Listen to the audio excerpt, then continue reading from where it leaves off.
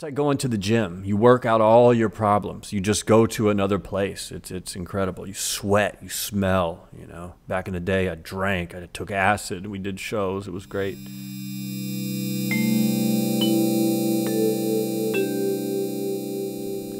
What's up, everybody? Welcome back to another edition of Malan DTV. I am your insane host, Malan Anthony Darras, and we're going to have a little conversation. It's been a little while since I posted a video. That is because I just went on a trip to Oklahoma, and that is exactly what we're going to talk about today. Today is Wednesday, April 27th. It's 5 p.m. I just got out of the gym. How the fuck are you people? Oh yeah, I curse on this. I'm keeping it real. So yeah, man. Been a couple weeks since I posted a video, and that's because last week I took the whole week off from the blog, from the YouTube channel. I have way too many profiles going right now. It's getting interesting because it used to be like you either had a YouTube channel or you had a blog or you had a Facebook, you know, or whatever. But now there's so many different opportunities when you add in Snapchat, Instagram, Twitter, Facebook, Periscope, YouTube, my blog, and my email newsletter. Those are the things that I'm on right now. At some point, I'm going to have to whittle them down to maybe 2 or 3. But for now, I'm doing them all. So last week, let's get to the story. I just got out of the gym, so I'm kind of hyper. So be ready. I'll try to slow myself down.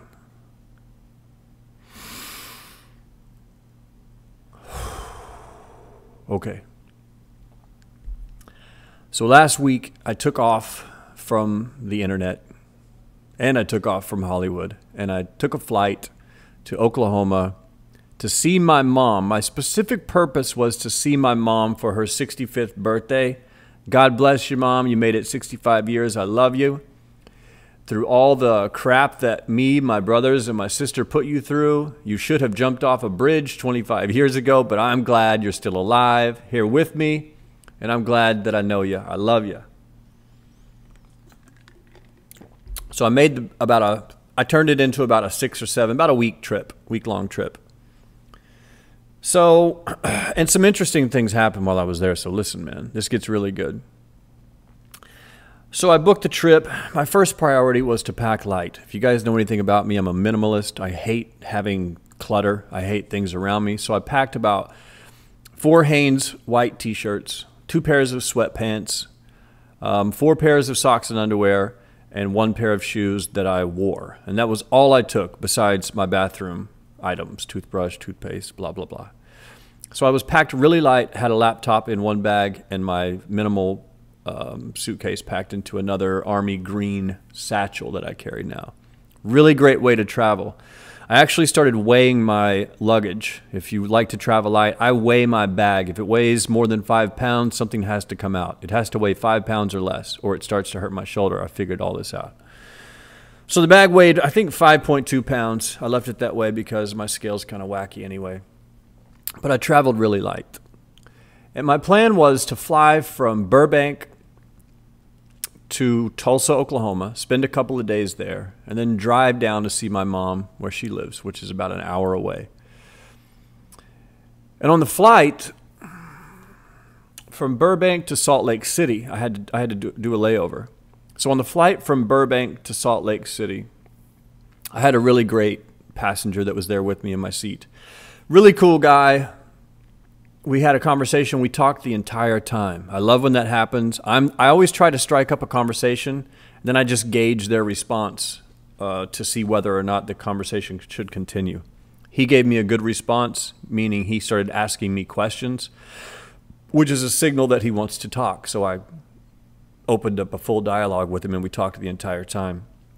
A lot of times, maybe 60, 70% of the time, people just, when they don't respond or they look away or they put on earbuds, you know, it's over. I'm totally respectful of their space.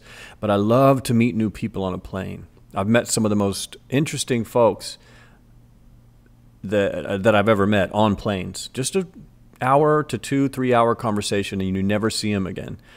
I had a really cool conversation once with a a guy, and he turned out, when I got off the plane with him, he was very deep and spiritual, and he helped me in a lot of ways because I try to have real conversations. I don't go like, hey, so how about those Dallas Cowboys? I try to open up conversations about real life stuff. Like I tell them my whole life story, and they tell me theirs normally when it's good. If they don't want to be bothered, I don't fuck with them. But this guy was very open. And when I got off the plane, I saw him connect with a group of priests. And this guy was the head priest for some spiritual religion. I don't know what they were, but he was a priest, it turned out. And I laughed because it made total sense. But that's just one example. I like them when they're in their 70s and 80s. Those are the people I really look forward to talking to. I try to get information out of them. Like I'm 41, I'm just starting to figure it out. If you're 20, I'm 20 years ahead of you. So you can, take advice from me knowing that I've basically made all the mistakes that could be made in those 20 years. But you really want to tune in and find fitness advice, life advice, business advice, investing advice from people that are 60, 70, 80 years old because they've seen it all and they have a lot of information for you. But anyway, me and this guy, we had a great conversation on the trip. Talked the whole time. Got to Salt Lake, had a really quick connection. I had to run for the flight. And got on the plane for Salt Lake to Tulsa. And I got this idea in my head, the same idea I have every year when I go home for Christmas. I need to play a show. We're talking about music. If you don't know, a lot of you guys just know me as a marketing guy, but I'm a musician from the get-go. I've been playing in bands since I was 12 years old. I stopped playing live when I was 34, so that's 22 years of playing music live. I still play music every day. I just don't play live as much anymore because, well, there's a few reasons. I got sick of it. I invested 22 years of my time, never made a dime, never made enough to live on. And I wanted to do music to get rich. I wanted to make millions, be a rock star, or kill myself. That was my life plan for all of my life. And luckily, I survived that whole concept, and I'm here today talking to you right now, which is a miracle. So thanks for being here, because this is a miracle that we're even having this conversation. But I always have this idea when I go home for the holidays. People in Tulsa know me. I used to be in one of the biggest bands in that area. For whatever that's worth, we were one of the biggest bands in the Tulsa area scene. And for a long time, I thought I was a rock star because of that. But then when I moved to LA, I realized, oh man, I haven't done anything. Actually, I had a real come to Jesus moment. My first month in town, I was renting a guest house, and I hired a guy that comes over to your house, picks up your laundry, and brings it back folded and done, a delivery laundry service. And he walked in and he saw all my keyboards and guitars. I lived in a one-room place when I first moved here. And he goes, oh, you in the music business? I said, oh, yeah, big time. I just moved to town. He goes, have you ever won any awards? I said, oh, yeah, man. I've been winning awards for like 10 years. Back in Tulsa, we used to always win the music awards there. We won for like so many years in a row that they actually retired us from the category because we wouldn't stop winning just to give someone else a chance. So when that happens, you get a little bit of an ego. So when he asked me, have I won an award? I was like, oh, yeah, bro. I've been winning awards for years, man. And he said this. This is what he said. Grammys? And that's when it hit me. I haven't done shit. All these little awards that I won, talent shows or battle of the bands or whatever. Any little club I packed with 300 to 400 or 500 people. I didn't do shit. And boom, that was my first week or two in LA, and it really hit me. But in Tulsa, it's a different story. Tulsa has a great music scene. And I was a big part of it when I was there. When I left, I never came back. I'm a guy, I burn my bridges when I leave. And I burned those bridges. Told myself I'm never coming back, all this stuff. But every year that goes by, I miss it a little more and more. The music scene, the people, my friends, my family, all that stuff. So every year when I fly home, I have the same thought. I need to do a show somewhere. Let me just play a show somewhere. Let me just grab a guitar, go somewhere and do an acoustic show. I have these grand visions too. Like I want to return to Tulsa with a full-on album done, a full show production, you know, play at one of the larger venues, pack it out and have like 3D shit all over the place. When I think about music, I think really big. But it also is intimidating, and then it never happens because it's overwhelming. But every year I think I need to do this homecoming show because I know people would show up if I advertise it. Everybody would just be interested to see how old I've gotten and if I'm still drinking and doing drugs. But at the very least, I say you should at least do an acoustic show. I mean, just jump on one of your friends' shows and open up or play in between sets or play after them, anything. Just get it over with. Play somewhere, you know. After so many years have gone by, you really start to miss playing live. It's such a release. Even when it sucks, it feels good. It's like therapy, man. It's like a cleansing. I can't describe it. It's like going to the gym. You work out all your problems. You just go to another place. It's incredible. You sweat. You smell, you know. Back in the day, I drank. I took acid. We did shows. It was great. So I miss that, you know. It'd be like if you were a gym guy and you didn't go to the gym for 8 years. Like you would start to feel like shit. You'd say, I need to go to the gym. Man, I really need to go to the gym. But you just don't go because now you're embarrassed because you're fat, right? Well, that's kind of how I felt about music. I was like, man, every year that passed that I didn't do it, it got harder to imagine myself doing it. You know, after year 1, you go, well, now I'm going to be rusty. But at year 3, you're like, I don't even remember the words to any of my songs. Then at year 6, you're like, there's no way I could do this. How did I ever even do that? Then by year 8, you're like, I'm done. I'm just out. I'm over, you know, and that's where I stand is about year 8. But the idea hit me on the plane from Salt Lake City to Tulsa. And I thought to myself, you need to play a show while you're there. Why not? Even if it's a coffee shop playing to no one, just do it. 2 friends will show up. Just do it. And as always, I do this every year. I type up a text message. This one was to my friend Paul, who I played with for, God knows, 6-7 years straight in a band called Rewake. Great guitarist, probably the best guitarist I've ever played with, one of them. He's just sick. And he's continued to play in Tulsa. He never left. When I moved, our band broke up. He started his own thing, and he's been doing really well. Motherfucker was on The Tonight Show one night. Someone texted me and said, tune into The Tonight Show. Paul's playing slide guitar with someone, some sisters. I forget the name of the band.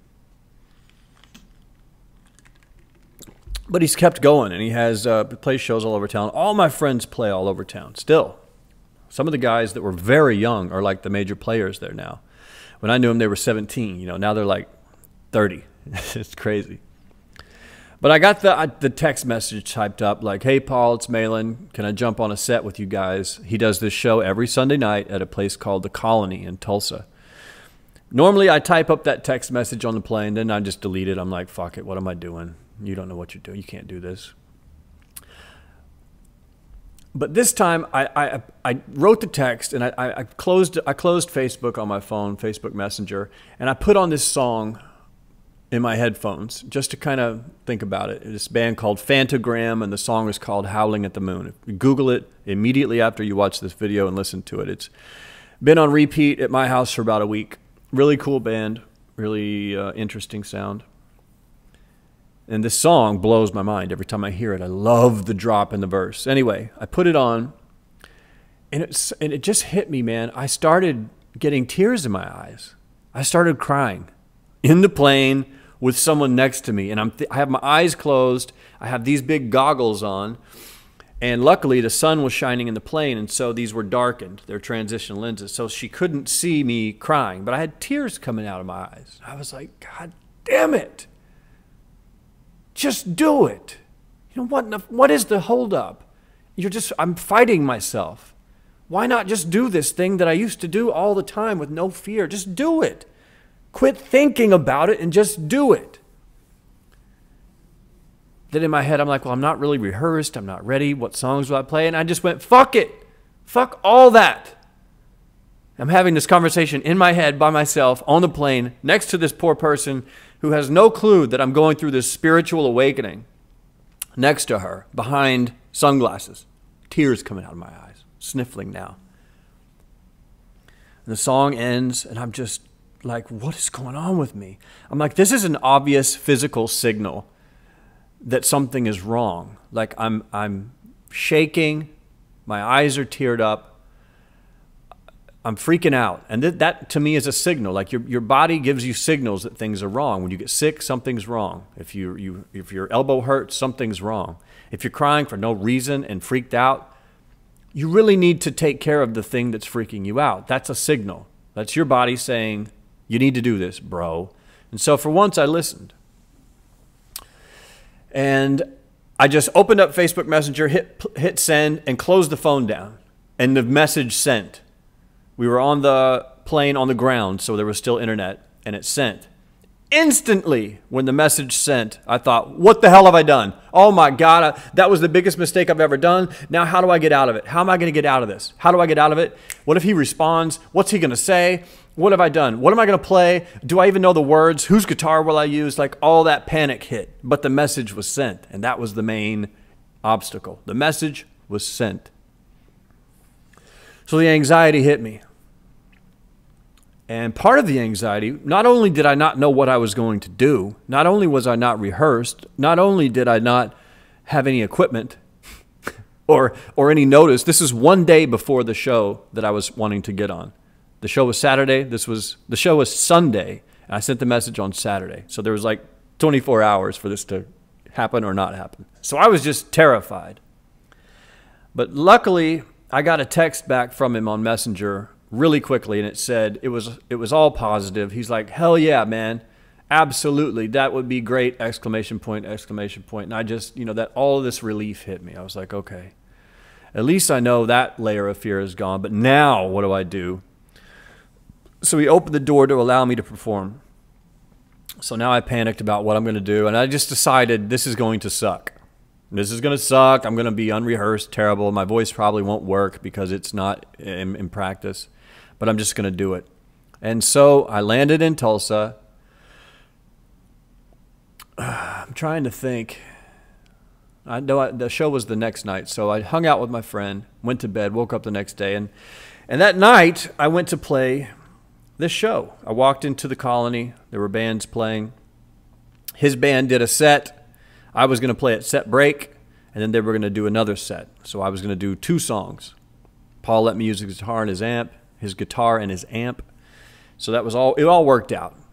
A lot of my old friends were there. A lot of people from the bands I used to play around and with were all there. And I did it. I was sober, I wasn't drunk, and that's still odd for me to perform not drunk. I used to play every show at least with a buzz. But I got up there, closed my eyes, sang 2 songs. It wasn't great. It was really rough. And from the first note, I knew it was going to be rough. When you're a singer, there are certain nights your voice just won't work. And you can tell instantly that night. The first notes that come out of your mouth, you can tell in your throat, like your throat clamps up, your chest won't work, and you just know, like, okay, my voice isn't here tonight. Well, that's exactly what happened. The first note I hit, I knew it. I was like, it's clamped up. I wasn't warmed up. I haven't rehearsed. I haven't performed in so long. All these things came together. It was cold. And I just knew, like, this is going to be rough. But I just played, closed my eyes, and sang the songs. They went okay. Afterwards, everyone was really supportive. I felt so relieved when I got done. I didn't care if it was good or bad. I was just happy that I did it. And broke through that bubble of fear, man. That was the first time I performed in 7 or 8 years. And I had some really positive conversations with my old friends from Tulsa who were musicians, who were around me when I was playing all the time. And I'll tell you,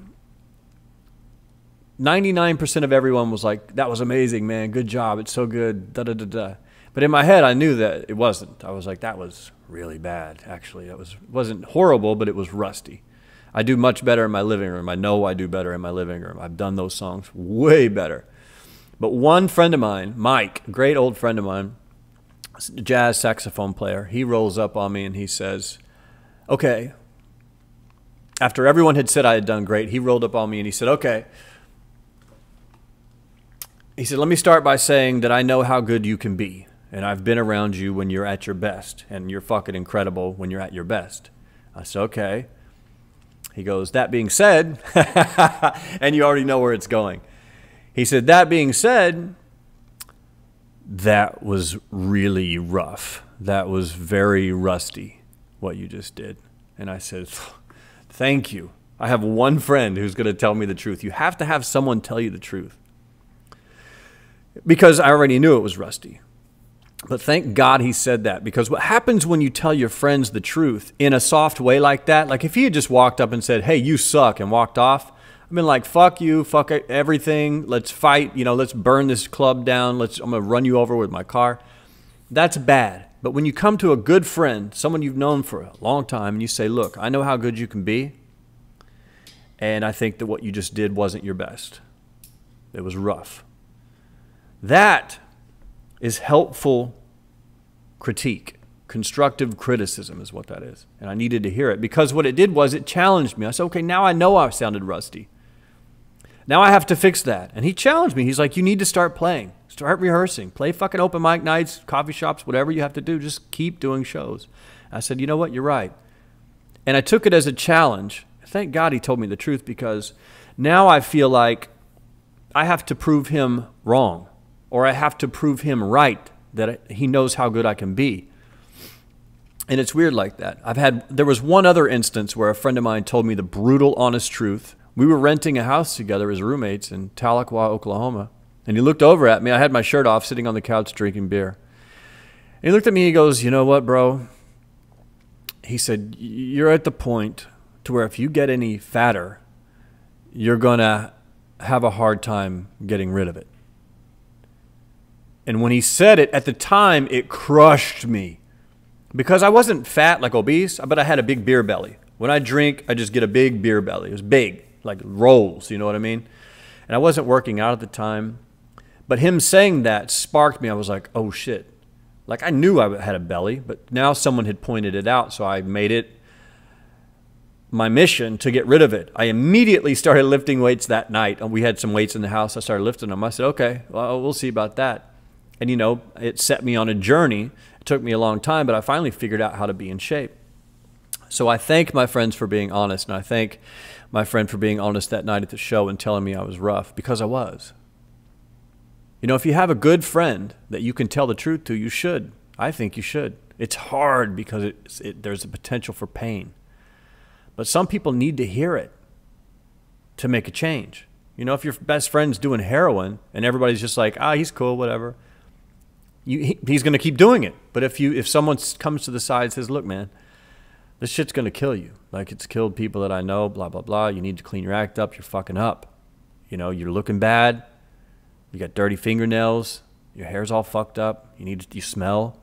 Your teeth are rotting.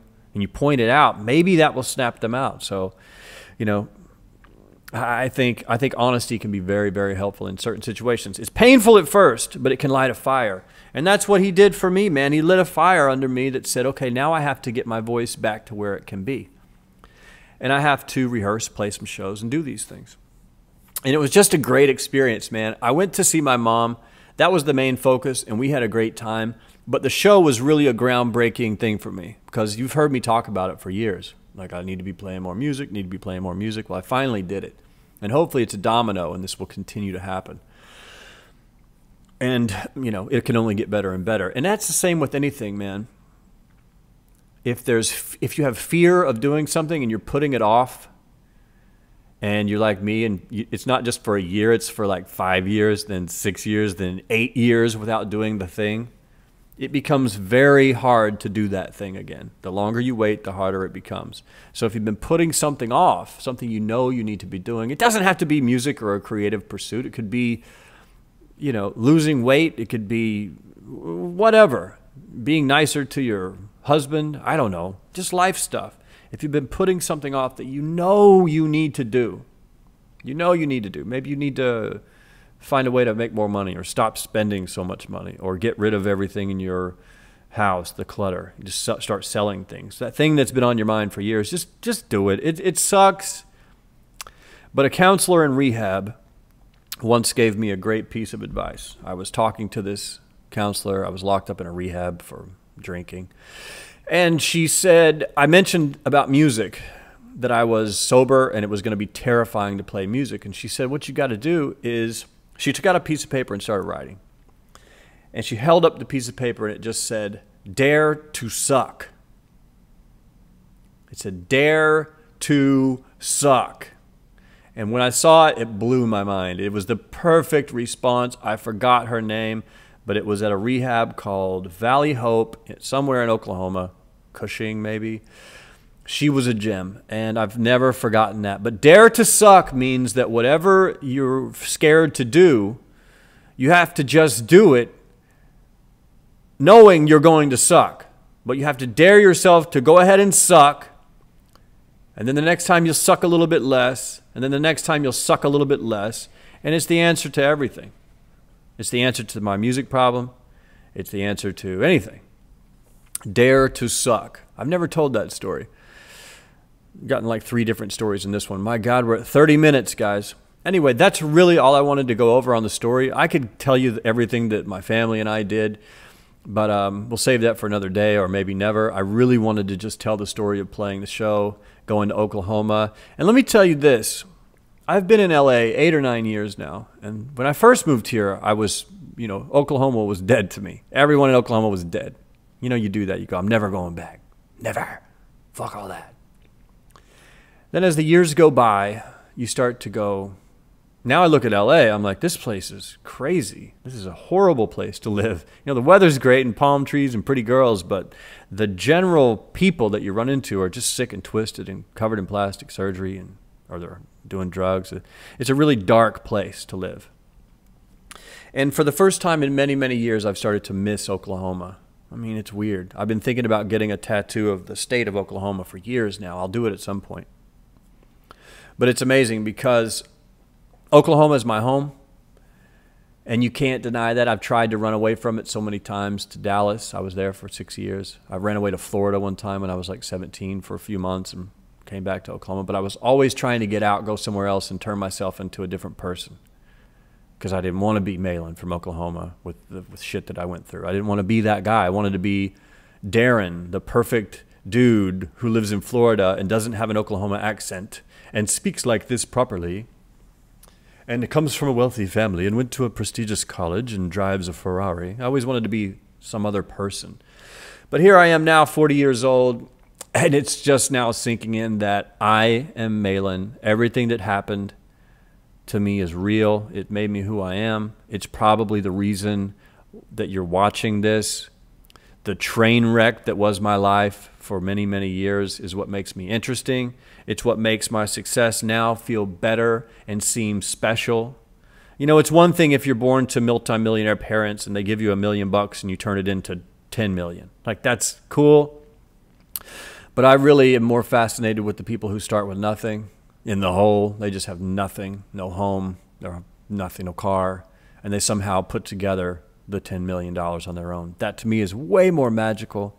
And those are the kind of people that I tune into. And maybe that's the case with you too. So in that way, I can be thankful for my past. I can be thankful for all the bad things that happened. I can be thankful for all the dark periods that I've gone through. And I can be thankful for everything that I used to think was a curse. If you've ever heard the story, my arm right here says cursed. I got it tattooed on me one night in Dallas. I thought I was cursed forever. But all these years later, I look back and realize that that curse was actually a blessing. And it gives me an asset and a way to connect with people that other people don't have. Like, most of the people that watch me because, well, first of all, they want to learn how to do affiliate marketing. I totally understand that. But then I get contacts all the time. They say, I came for the affiliate marketing tips and tricks. But I stay because you give me hope. Because I'm going through similar things that you talk about, childhood trauma, being broke, fucking up, drinking problems, jails, all that. There are a lot of people going through that. Maybe you are too.